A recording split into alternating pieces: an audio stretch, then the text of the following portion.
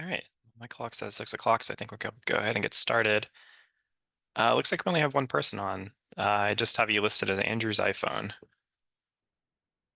Are you there, Andrew?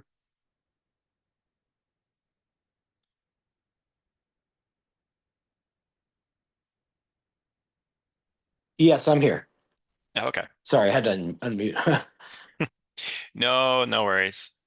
Yeah, I didn't ex know exactly how many people to expect for this. I think we can go ahead and get started, just get things underway. Yeah, sure. Okay. Oh, we have somebody else joining. It's Tony from Newbury. Yeah, I'm from Newbury as well. He's the one that let me know Oh, about the meeting, so that's oh, good.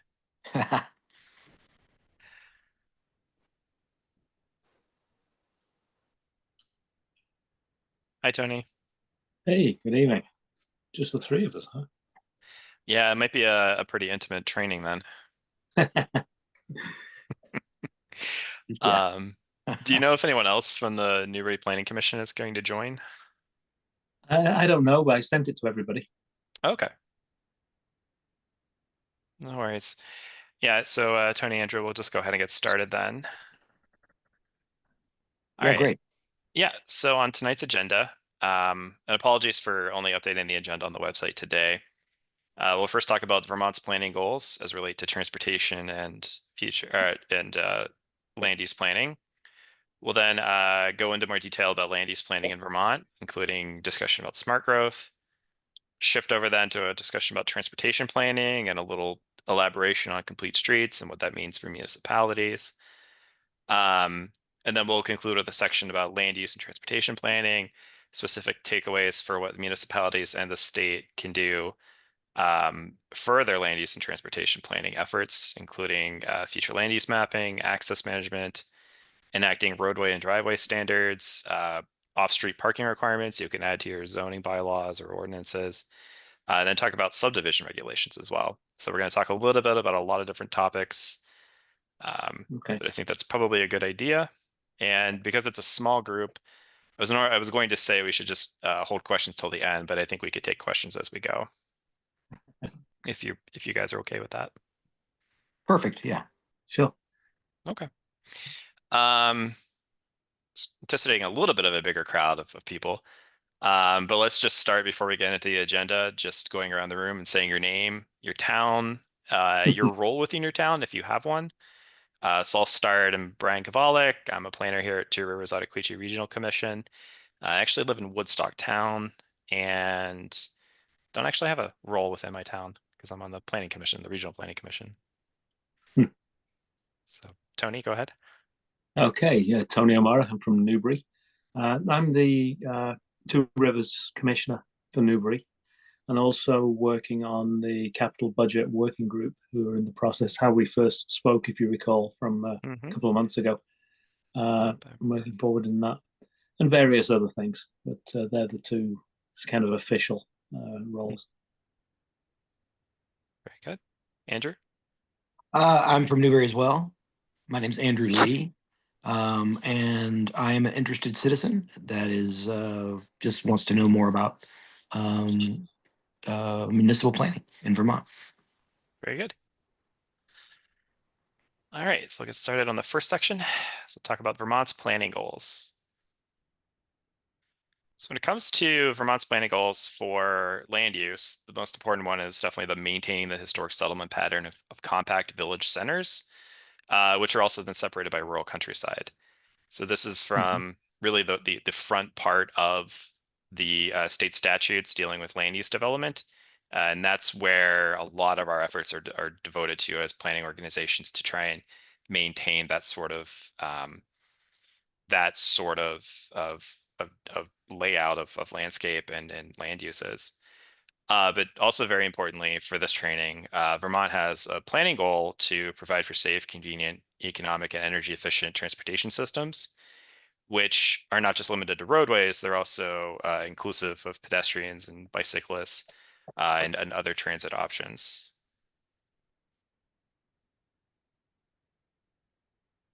But of course, there's a lot of other goals Vermont has when it comes to planning. Most of these deal with protection of natural resources or critical resources, protecting the quality of the air, the water, the land, maintaining safe and affordable housing for Vermonters, and of course, financing and providing efficient systems of public facilities.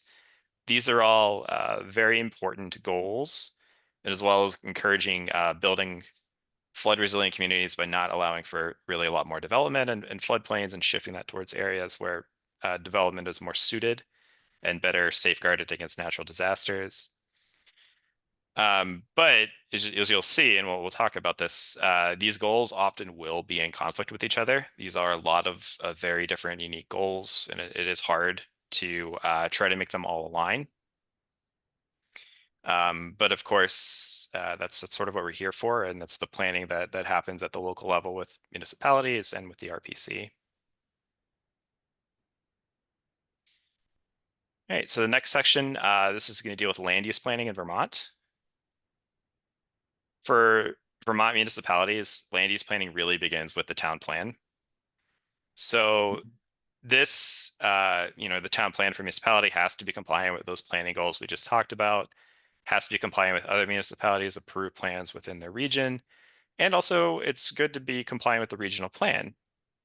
We do have a whole process about checking to make sure that municipal plans, when they're adopted, are compliant with our regional plan.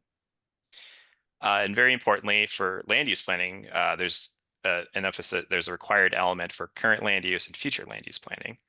We'll get into more detail about what current and future land use entail.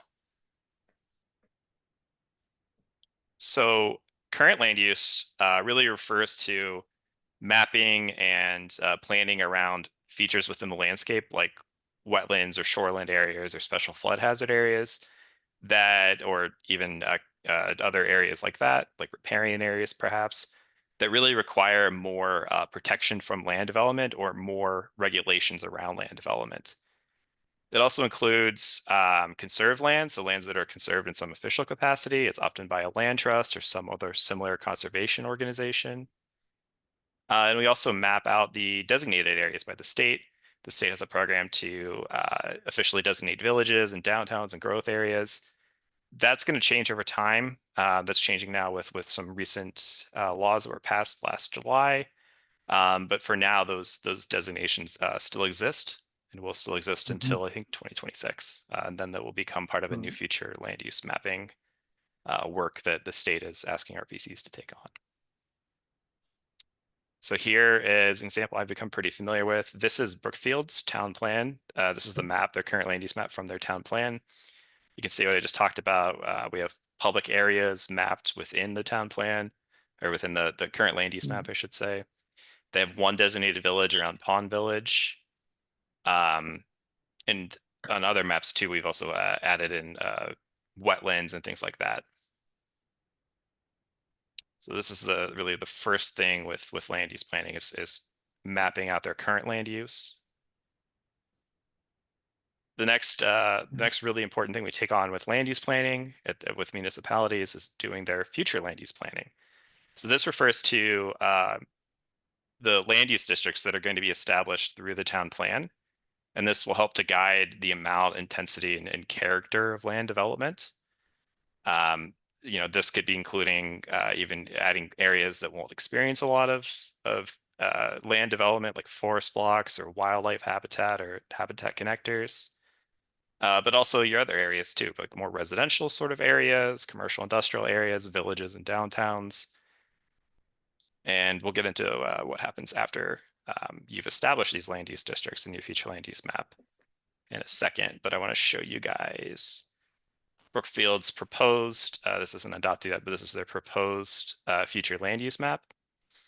So they've worked with us to potentially create a new village district, a new village area, I should say, around Brookfield Center, which currently is not a lot of development, but it is developable land.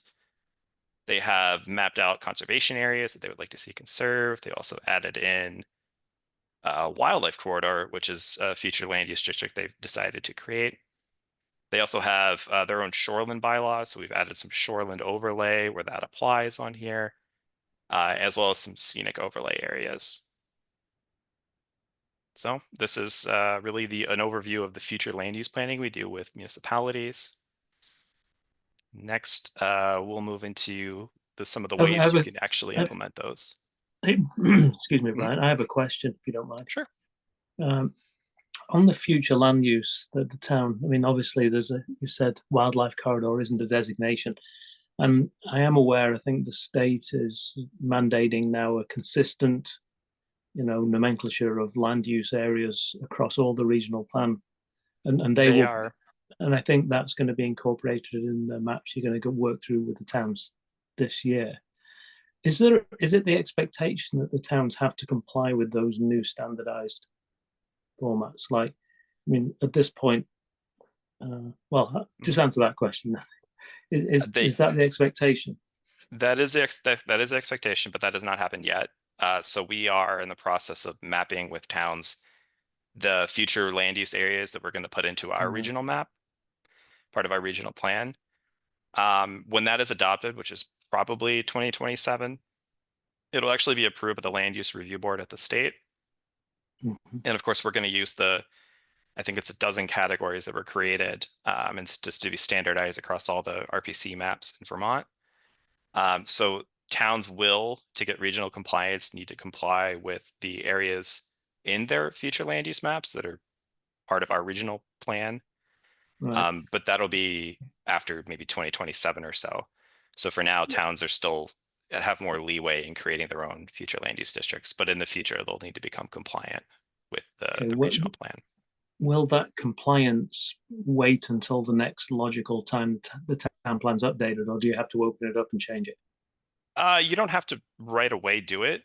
There might be reasons why you would want to. You can amend a town plan before it's up for readoption or going to Mhm. expire. You can certainly do that, and we would be happy to help guide that process to amend the future land use maps and town plans.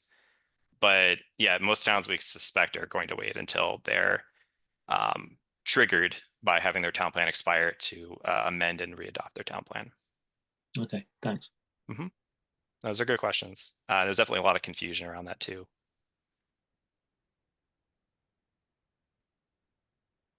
Okay. Um, right. So the first thing, really one of the most impactful things towns can do to implement their town plan is adopt bylaws, which there's a couple of different kinds of bylaws in Vermont. The biggest one is zoning bylaws and subdivision bylaws, but there's also flood hazard bylaws, which every town in our region has flood hazard bylaws. About 17 or so have zoning bylaws, and a handful have subdivision bylaws. Some even have unified bylaws, which is a combination of two or more of these other kinds of bylaws together. Yeah. But when creating bylaws, towns really need to be very considerate of what goes in them. You need to make your bylaws align with the Vermont planning goals, as really every sort of land development in Vermont needs to. It has to align with what's in your adopted town plan. Usually we make sure when we're doing that if you're wanting to create a new district in your bylaws, you need to add it into your town plan too. So try to marry the two pretty closely together. But also we're a Dillon's Rule state in Vermont, so your bylaws need to comply with what is stipulated within Vermont statutes. Um, can't do things that the Vermont statutes say you can't do, which they do change a lot. They change periodically. So the statutes sometimes require bylaws to be revised to become compliant with changes in statute. And that's something we see a pretty good amount.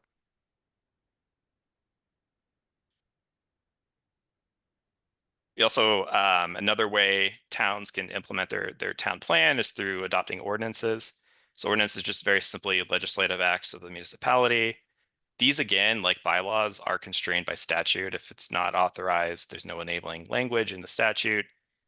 You really can't regulate something that contradicts what the state says you could do.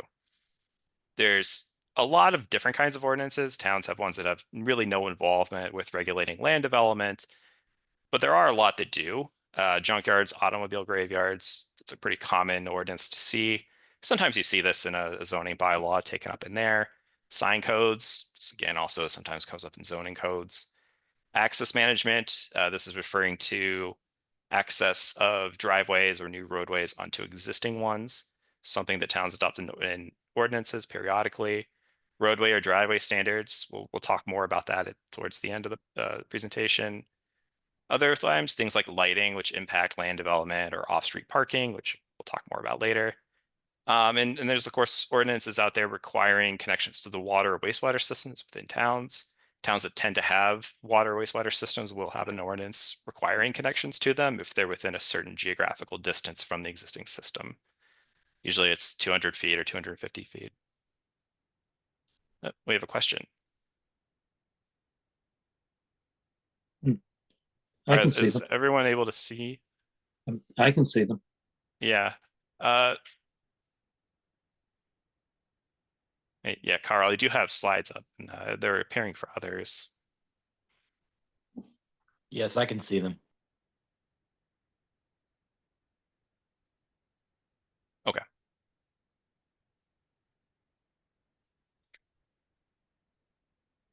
I'll just go to the next slide, wait for Carl to rejoin.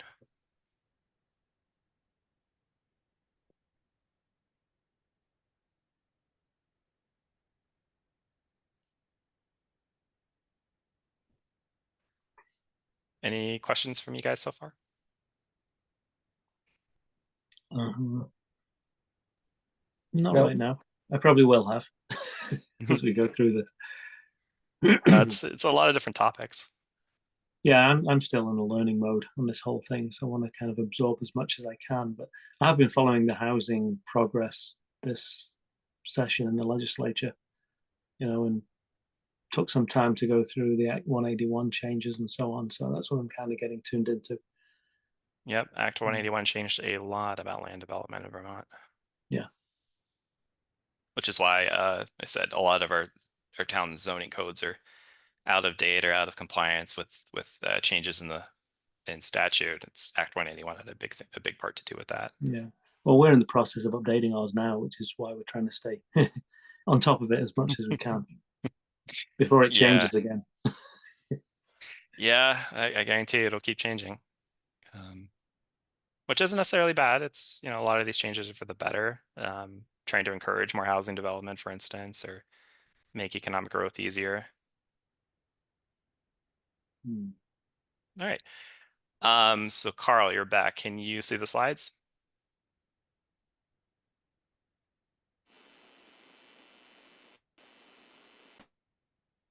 I didn't hear anything from Carl. No, I didn't. Okay, I'm just gonna go on then. All right. So smart growth. So smart growth is a concept that really came out of planning circles in the last 20 or 25 years. It's actually a little early, maybe like 30 years ago. It's sort of the idea of taking into consideration a lot of important factors that influence land development and trying to steer that towards outcomes that you want to see. So it's being very intentional in your land use regulations to sort of encourage land use development that you would like to see in your town. Okay, good. Thanks, Carl. And you'll see that the state has adopted into statute also definitions for smart growth and goals relating to smart growth. And these are going to look very similar to the Vermont planning goals. They've had a lot of influence on those planning goals. So here again, we see that maintaining the historic development pattern of compact villages and urban centers separated by rural countryside, but also more emphasis on also creating compact mixed-use centers. So allowing for those village areas that exist or maybe will be planned to exist to be mixed-use centers in the future. Enabling some choices in the modes of transportation, which is something that's more feasible when you do have a mixed-use compact center. And of course, not just allowing for a lot of development that will threaten environmental, natural, historic features, so preserving those as well. And sort of taking a lot of this into consideration. There's a few more, if it's not working. A few more smart growth goals that are relevant to this training. Of course, an efficient system of public utilities and services that is easier to maintain when you do have compact village centers and you're planning around the continuation of the growth inside of those. allowing for a diversity of businesses, so economic development considerations, diversity of housing as well for a diverse group of social and income groups, which is something else which within compact village centers or downtowns is something that can be more easily accomplished. But also very importantly, the kind of growth that you want to see through smart growth is not sprawl. It is maintaining that mix of compact urban or downtown centers, sorry, village centers or urban or sort of downtown areas like you might see in Randolph or White River Junction, but not having a lot of sprawl before you get out towards rural areas. So this is the kind of growth that Vermont is pushing. It is smart growth. Smart growth is really how Vermont just really plans for land development. So this is not really anything scary or threatening in any way. Okay, so next section we'll talk about transportation planning in Vermont, which is pretty different. So transportation planning is defined as a collaborative and participatory process between the RPCs, between VTrans, municipalities, and just members of the public to plan and implement transportation infrastructure. And it's not just limited to roadway planning in Vermont. Of course, there's a participatory process for planning out pedestrian systems and facilities, bicyclists, for bike lanes, for other bike infrastructure, for transit. We do have 2 transit providers within our 30-town region. And other modes as well. RPCs really don't get involved with this, but VTrans does take on things like aviation and aviation planning. We don't really have any involvement with that, but it is a process that's statewide, and there's a lot of different stakeholders within it.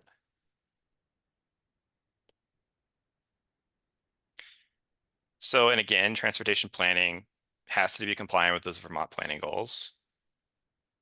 Or sorry, when you're talking about transportation planning in Vermont, really for municipalities, the first step still starts with the town plan, and that town plan has to be compliant with Vermont's planning goals in their transportation element, and again with other municipalities' approved plans and with the regional plan. It's you really do want to have regional plan approval for your transportation element within your town plan.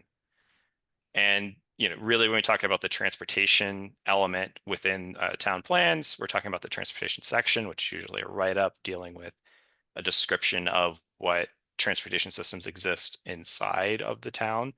That could be limited to just roadways if there's no sidewalks or other sort of pedestrian or bicyclist facilities.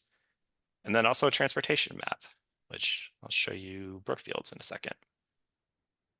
And Brookfield doesn't have sidewalks or bike lanes, but they do have state roads, a US highway running through them, and other areas, of course, classified by whether it's a state highway or a class 1, class 2, 3, or 4.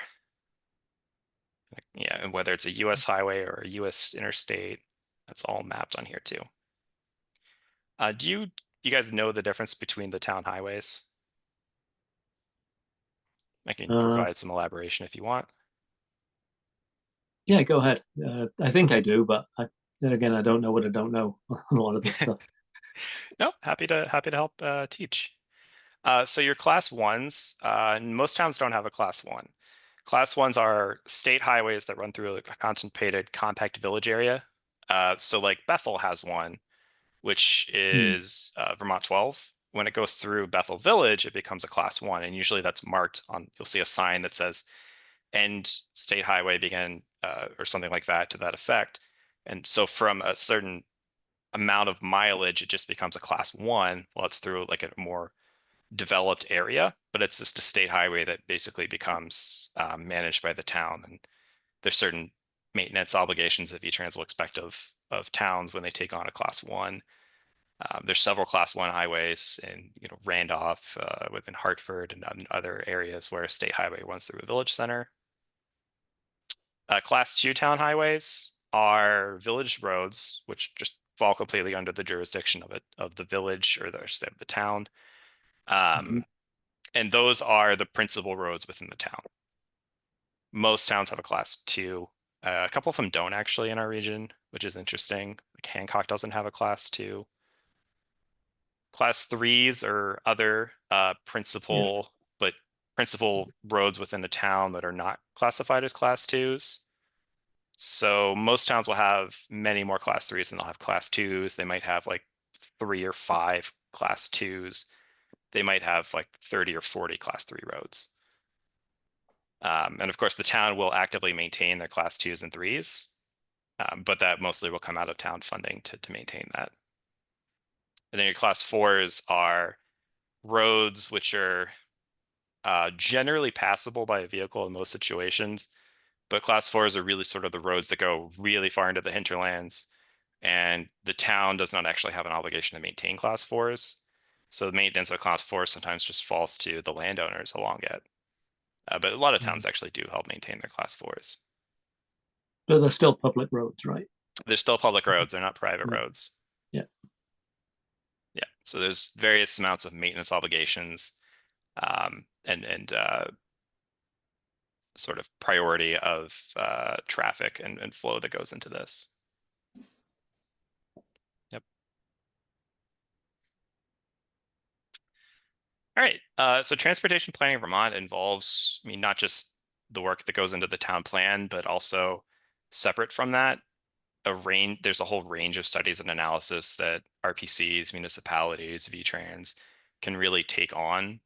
Walk bike audits, so walking around an area and examining existing conditions for pedestrians or for bicyclists. Traffic counts, we help towns with those a lot. Pedestrian counts, we actually have 2 pedestrian counters as an RPC. So sometimes towns will request us to do pedestrian counts or traffic counts, especially if they want to know like before and after an improvement happens. Town road inventories. So looking around and sort of figuring out the mileage for our town roads. There's bridge and culvert inventories that we'll do for town roads as well. So actually going out and assessing what condition certain pieces of infrastructure are in. Very similar to that, a road erosion inventory, which is a bit of a mouthful. But that, again, looking at a road and seeing how much erosion has happened on it. There's corridor studies we've helped been involved with. Modal planning and referring to like a pedestrian or bicycle plan. We're helping 2 towns right now draft those for Randolph and Hartford. And also working with towns doing intersection redesigns. We have less involvement with that. It's more for engineers to figure out, but helping figure out like potentially what a project could look like if it's a dangerous intersection and it needs redesigned.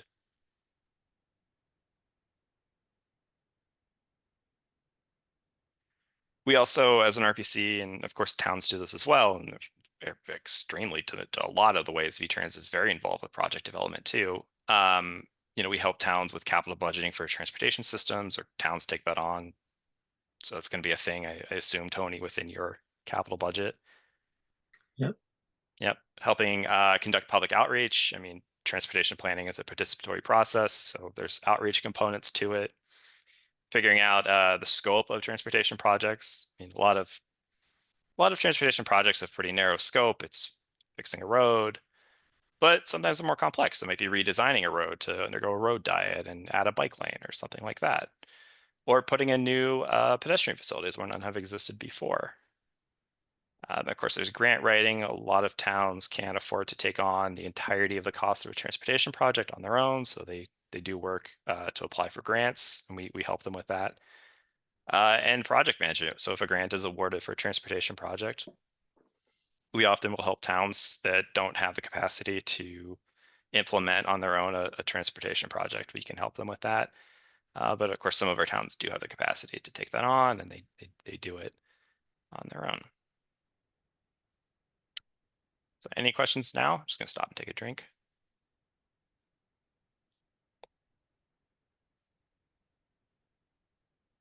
Okay. All right. So complete streets. This is something that I think a lot of towns don't really know that much about. But this goes back to Act 34 of 2011. Vermont passed Act 34 and decided we need to incorporate complete streets. And complete streets are just simply streets that provide safe and accessible options for multiple different types of users and individuals of different ages and abilities, including but not necessarily limited to walking, bicycling, taking public transportation, and also use of a private automobile. So it's really trying to consider the ways in which you can design streetscapes to incorporate multiple different users. But the thing about complete streets is it's very context specific. What happens in what might be an appropriate treatment for one area isn't necessarily an appropriate treatment for every area. In more rural areas where you might want to see more pedestrian activity, you can talk about widening paved shoulders or just better maintaining gravel roads just to allow for pedestrian passage. In more urban areas, like this is in Woodstock Village, you might see something like this. This is a we call a curb extension. So it extends the sidewalk out a little bit farther to the point of the parking lane here. So cars will park along here and in front of here. And that shortens the crossing distance, makes it a little bit safer for pedestrians and provides them a little bit more visibility out here. So that's a more urban sort of treatment. Of course, in Woodstock, you have these paved sidewalks here. In other areas, bike lanes, you want to see an extension of those.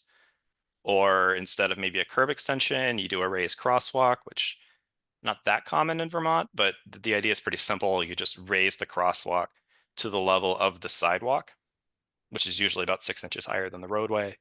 And it just provides an elevated crosswalk for a pedestrian to take across the entirety of the roadway.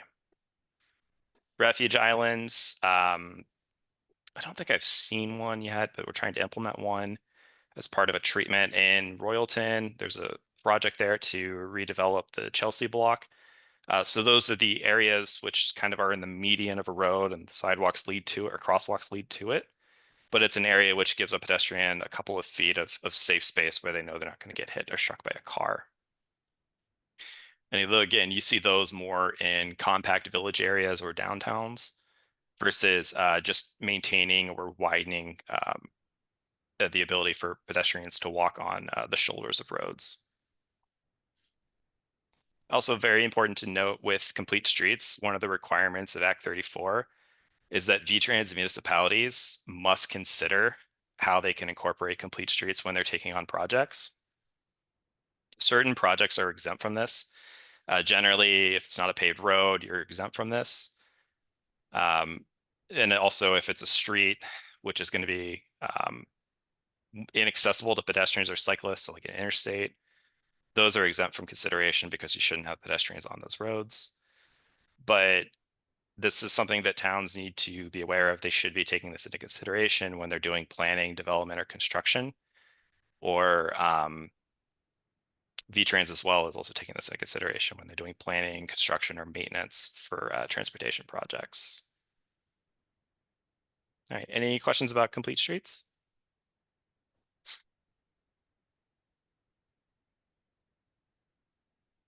All right, we'll move on.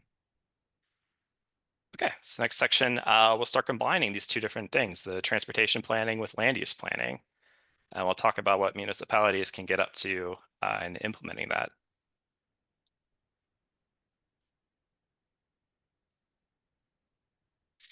So the first thing that really does happen, sort of marrying the ideas of land use planning with transportation planning, is when you're conducting that future land use mapping, you want to consider what roadways or other transportation systems exist within a land use district. Public or private roads, are they paved or unpaved? What's the class of them?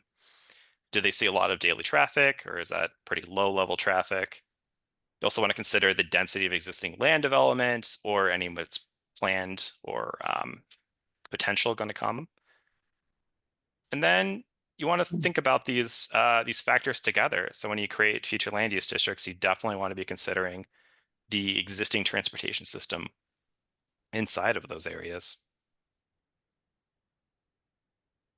Here, so we talked about this a little bit. In Brookfield, this is currently this is only a draft, by the way. This is just what a draft copy of their future land use map will look like, which is going to go into our regional plan. Here, we've been working with the town. They're interested in creating this new village area called Brookfield Center. That's along Ridge Road, which is a paved roadway. It doesn't have water and sewer, so it's not going to see a lot of new development, but there's still a fair amount of new development that can happen there if you reduce the minimum lot requirements. Definitely could see new housing. Right now, most of this, there's a school here, but you could also add a lot more housing, especially with, some good, careful subdivision. You could see more housing in this area. Not necessarily going to happen because there's existing landowners there who might not really want to sell, but that's a possibility. And this is a really good location for it because it does have paved road access and it's also in uplands. It's not in a floodplain area. There's some wetlands around it, but there's no wetlands within this district. So we worked with the town to sort of identify this as a like area for like really future village center. And of course, in this future map, there are existing state roads, but the state road goes through Alice State Park, so we're not going to see development here. So this can stay more conservation area.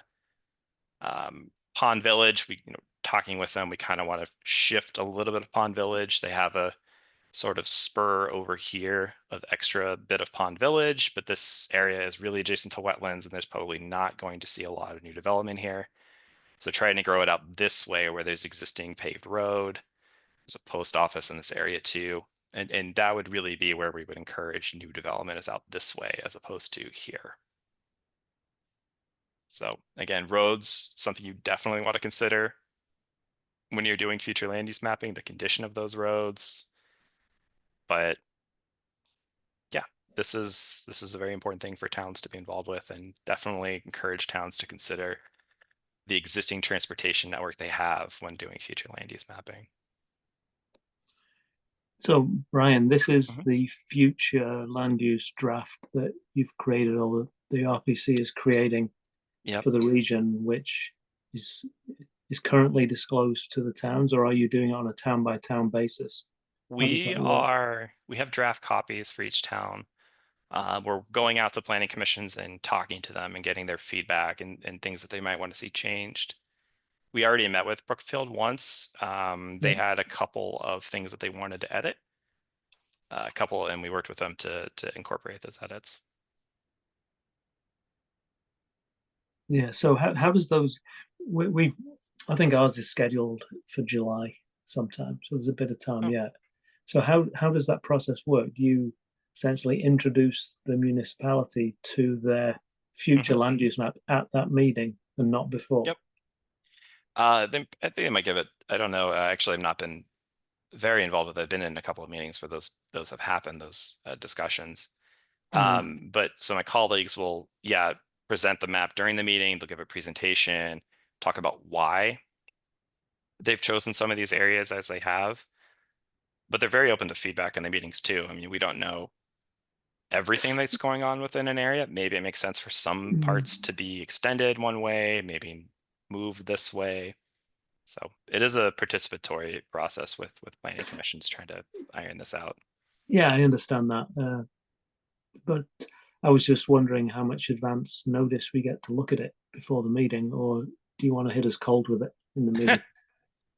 I don't think they really hit you cold with it. I don't know how much advanced meeting. I don't know, but we are, yeah, also advertising the meetings ahead of time and inviting select boards and other committees to come to those meetings and talk about it.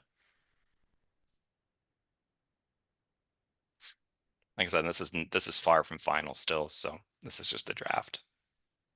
No, I understand it's a draft, yeah. Just, Yep. but still like to take a look at what your draft thoughts are for my town. Yeah, and I can tell my colleagues that too, and we can see if they can send it to you. Thanks. Mhm. Okay. So this is something I hope planning commissions and development review boards or boards of adjustment, if those exist, are aware of. Development in Vermont requires frontage or access to public roads or a class 4 town highway or public waters, but really public waters is in the case of like maybe there's an island you don't have frontage to, things like that. So really land development requires there to already be existing frontage on or access to a roadway, or it requires that to be granted through a new right-of-way or a permanent easement, which is pretty important. So this is, we'll get now into municipalities and their role with access management. Hey, Brian, sorry, it's me again. No worries. What's the distinction here between a public road and a Class 4 town highway? Because I asked earlier if the Class 4 are public, and you said yes. In statute, a public road is Class 1 to 3 and a state highway. So town highways, Class 1 through 3, and town and state highways. Class 4 is just treated separately in statute. It's still most Class 4s are still considered town highways, are still public. Okay. Yeah. Okay, thanks. It's a little confusing.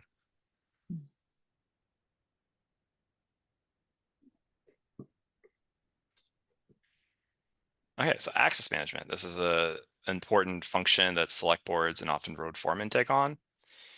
When you're working within a state highway's right of way, or you're seeking access to a state highway, you have to get a permit from VTrans. The applicant has to get a permit from VTrans. It's called an 1111 permit. That's named for section 1111 of the Vermont statutes where this description is found. So that 1111 permit is both, just for work that someone is doing within the state right of way.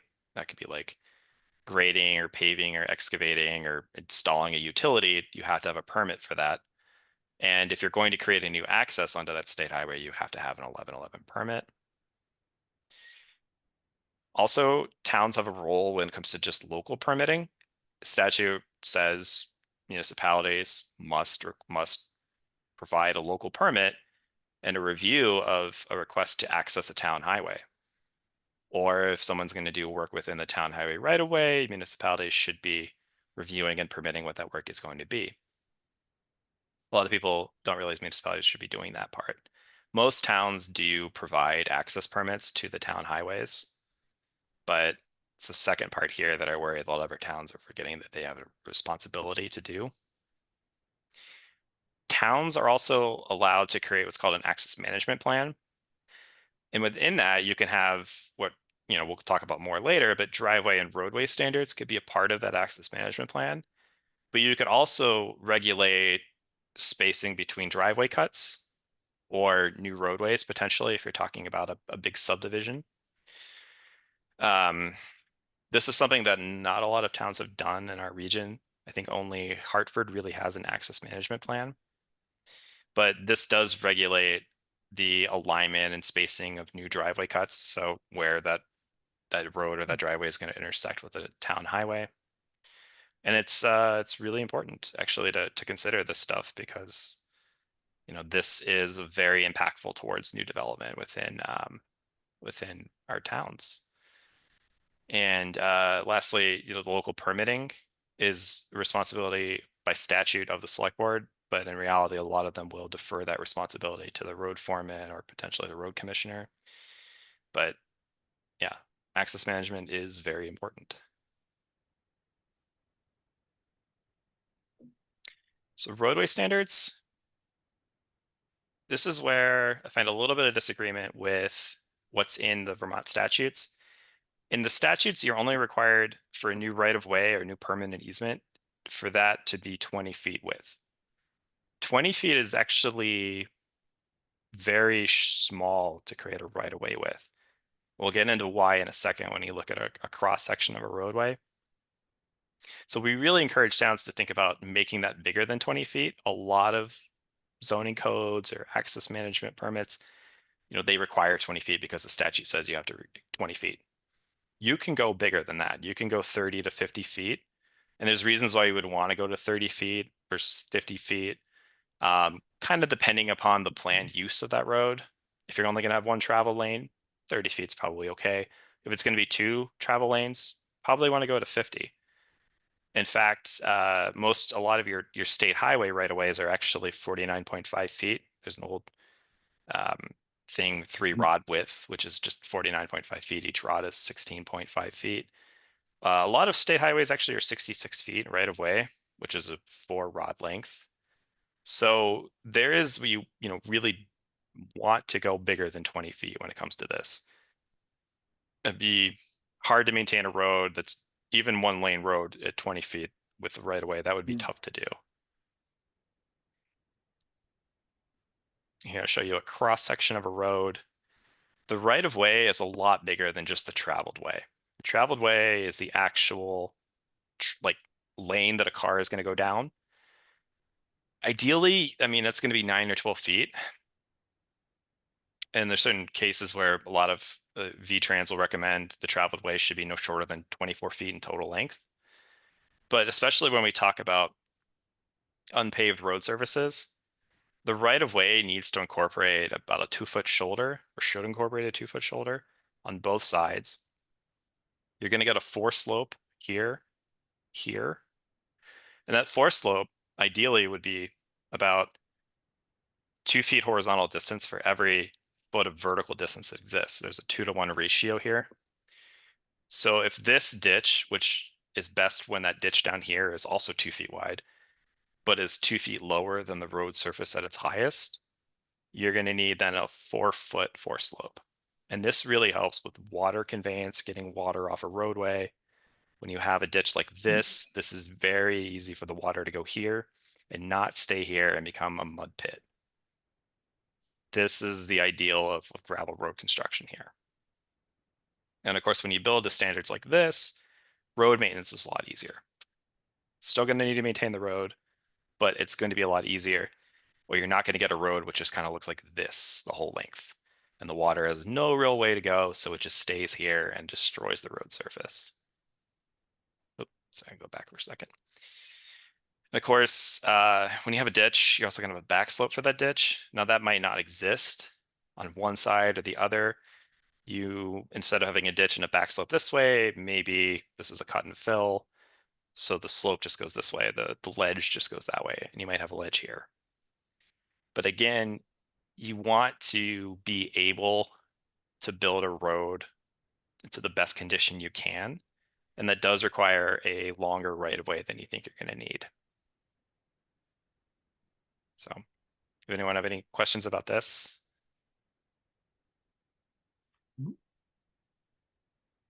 Okay. I'll move on.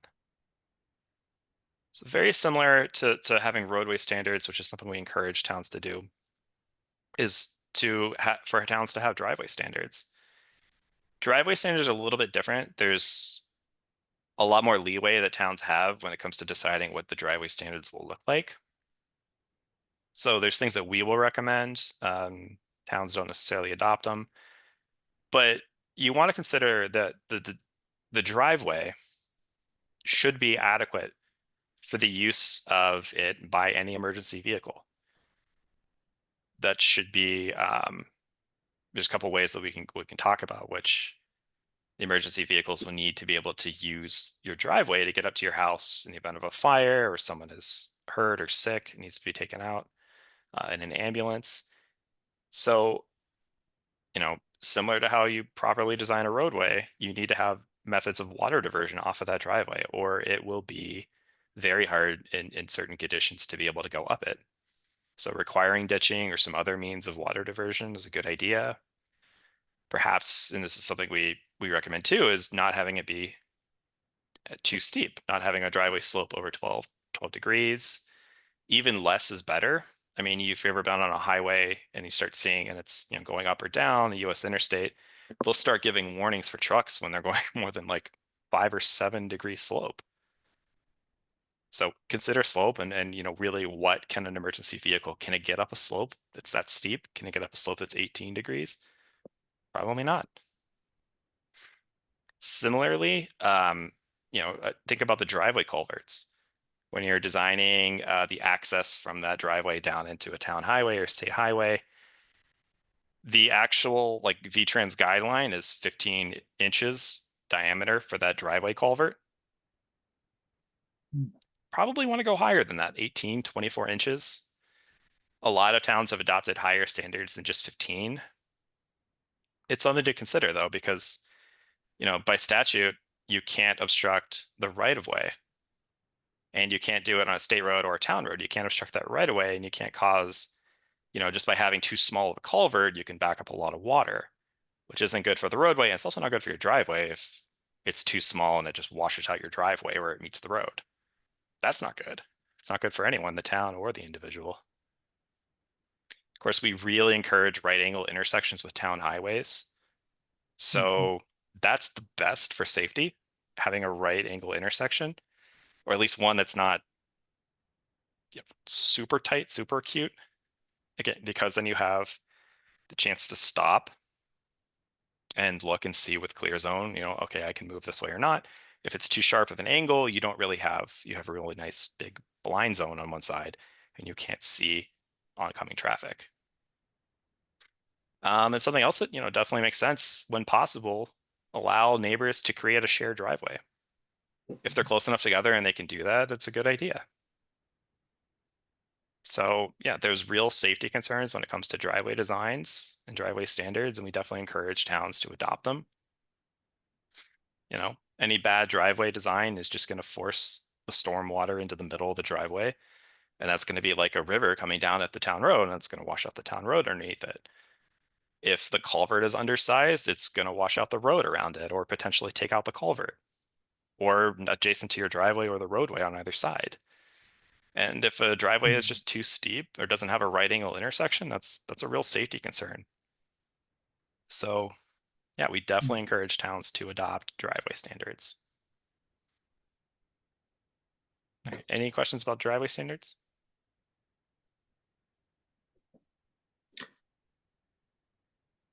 Just to clarify one thing, that when you're talking culverts, you're talking the culvert that's essentially where the driveway meets the town road. Yep. Okay. So that's called a driveway culvert. And that culvert is going to be where the ditch is in the road. So there's Yeah. usually going to be water conveyed underneath your driveway. Yeah. That could be you don't have a ditch where your road meets the town highway or driveway. Yeah. Okay. Thanks. Yeah, but if towns are interested in doing this, you definitely also want to consult with your fire chiefs and your road foreman to really get their input on this.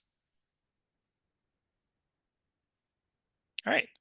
So another sort of place where land use and transportation planning have a intertwined impact is going to be when it comes to conditional use and site plan reviews. So DRBs and zoning administrators, when they're taking on this work, you should remember that in conditional use review, you need to make sure that land development is not going to have an undue adverse effect upon the traffic on roads or highways.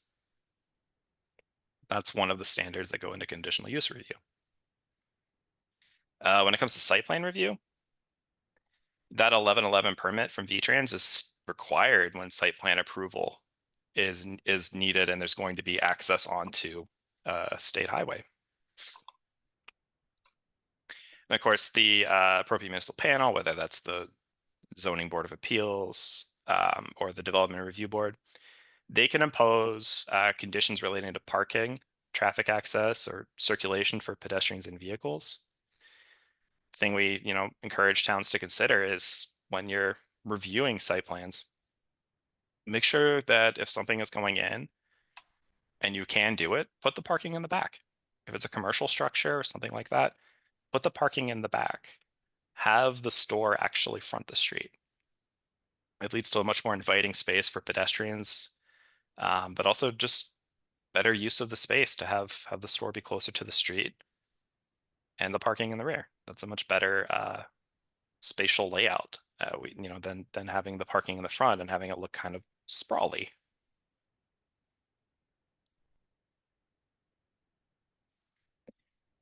Take a drink before we get into this part. Okay. Okay, so another thing, land use and transportation planning come together in is regarding off-street parking requirements. So when I say off-street parking requirements, I'm talking about parking that is going to be part of a parcel, part of land development. So parking requirements on the actual site. Statutes say you can regulate parking facilities in terms of their location, their size, design, access. So talking about access management. Also landscaping and screening. You can require that parking areas be screened off from public view. You can require them or think about requiring them when possible to be in the rear of a lot.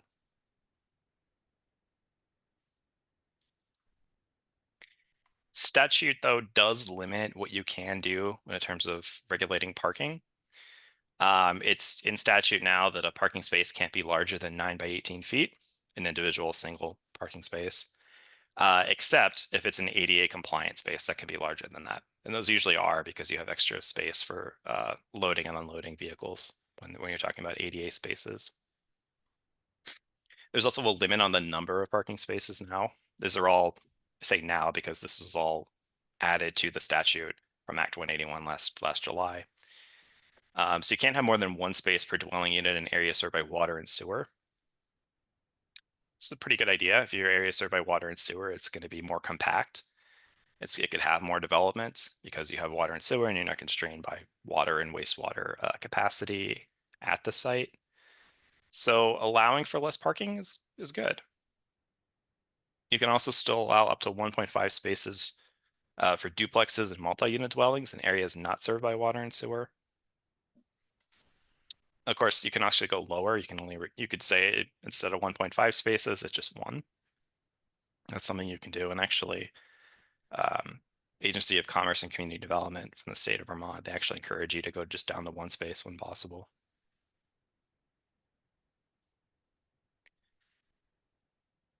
And lastly, you can waive certain parking requirements. If we're in an area where there's a little more density, there might be an employer transit pass, if that exists, or a rideshare program, you can use that as justification to waive parking requirements for non-residential uses. We don't necessarily have a lot of that in our area, but there are 2 transit providers within our region. And of course, there's, I think, about 20 municipal parking rides or state parking rides in our region. So if those exist nearby, you can help reduce the parking requirements and free up space on lots for other uses, potentially for other buildings or other structures. And you can get a little bit away from your off-street parking requirements by doing that. All right, so the last section I want to talk about, subdivision review. And I have to preface this that I'm not an expert on subdivision review. Definitely Kevin Geiger from our office is the very good source we have about subdivision. But while towns are planning out their subdivision bylaws, we really encourage them to regulate subdivision to both conserve land and potentially increase the clustering or density of development within certain areas, so that you don't have situations where you might have a new subdivision going in, but those 10 units are very scattered throughout it, and it breaks up and fragments the landscape and forest blocks and habitats, versus allowing the majority of that land to be conserved, especially if there's no good road access to that area anyway, and sort of clustering that development closer into just one part of the parcel. That's something we would really rather see. So, there's a couple of things you could do, the municipalities could adopt, which would sort of encourage this. Maximum setbacks. Most towns have minimum setbacks for structures. But if you want to conserve land, think about a maximum setback. You can't go farther back from the center line of a road than a certain amount. So it encourages that house to be built a little bit closer to the road. Still a safe distance from it, but closer. Don't be hundreds of feet back if you don't need to be. You could add maximum driveway lengths, which again kind of get at that idea. Reducing the distance back from the roadway a new structure is going to be put. Waive the minimum lot sizes or widths in the underlying district. That could be something you do within your subdivision bylaws. Allow for shared facilities. If a development is going in and it's going to have what might start out as a private road and then driveways to it, but people are able to combine their driveways and just reduce the amount of impervious surface that's going in, that's good. Similarly, you might want to encourage them to just have communal wells or communal septic systems for that development. That is something that can happen. You could also allow for multiple principal structures on the same lot. Maybe a subdivision is going in and it's going to be more of like a pocket neighborhood where you might have 5, homes or 5 structures kind of clustered together with a common driveway or a common parking facility. but they decide we don't need to subdivide. We don't need to create 5 new lots. Let's just have them all built on one. Something you can consider doing. You could also encourage or allow for conservation easements to protect those areas of the lot that you don't want to see development on, especially if it's unfragmented forest right now and you want to see it conserved. You could have a conservation easement added to the subdivision or encourage it to be added to the subdivision and preserve that land. And of course, for our point here, during the subdivision review, you can, talk about and apply, roadway and driveway standards. It also work with them on the placement of it so that it is, not going to fragment the landscape. The road isn't going to fragment a lot of the landscape. It's going to be limited to just the area where you're going to see development.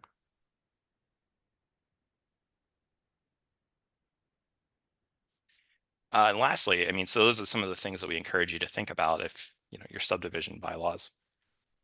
But just a couple of pointers when it comes to subdivision. If a new road is going to be built and the town expects or wants that to be a public road, you have to formally accept that roadway as a public town highway, which could just be done by an ordinance or resolution of the municipality.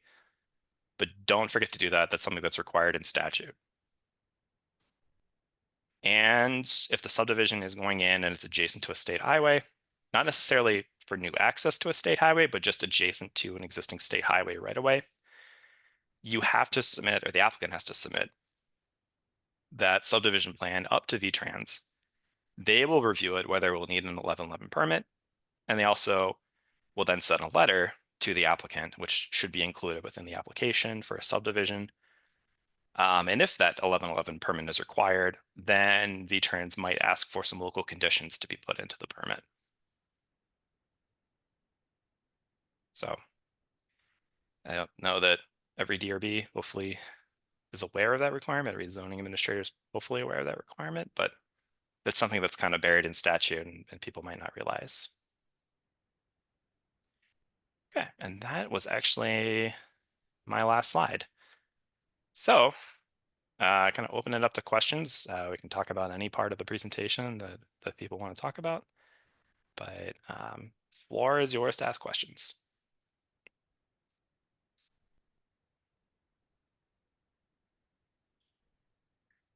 Okay, I've got one, Brian. It's Tony again.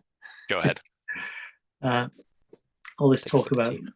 roads and driveways. One of the more contentious issues in Act 181, I think, was the road rule. Yep. Can you just explain that to me? I was trying to get my head around what it is and why it's trying to be changed already in this year's housing bill. Yeah, we'll see what happens this year with it. So yeah, Act 181 added a rule that new driveways or new roadways that are planned longer than 700 feet, I believe, have to go through an Act 250 review. So a lot of the intent of Act 181 was to encourage conservation and to direct new land development towards areas with more compact village centers or downtowns. So that's one of the kind of like sticks that the state put into the statute to kind of just make it more harder to build very long driveways or very long roadways by having this regulatory mechanism to try and just push development over towards more compact urban areas, Okay. especially towards areas with water and sewer access.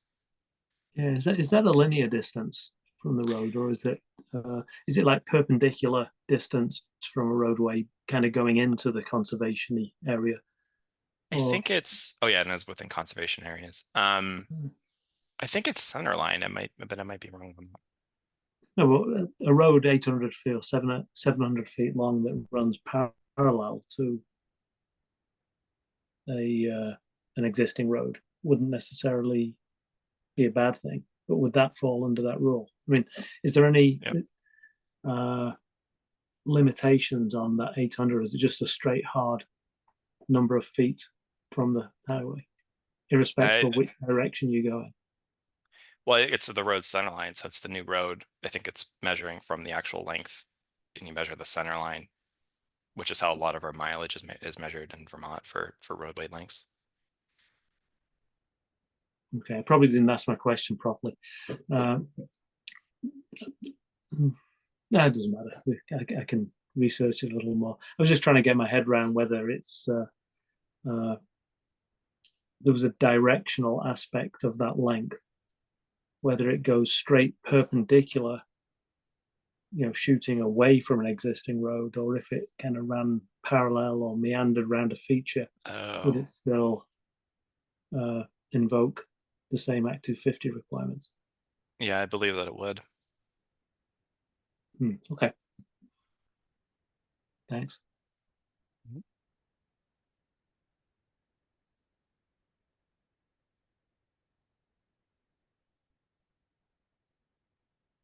Other questions people have?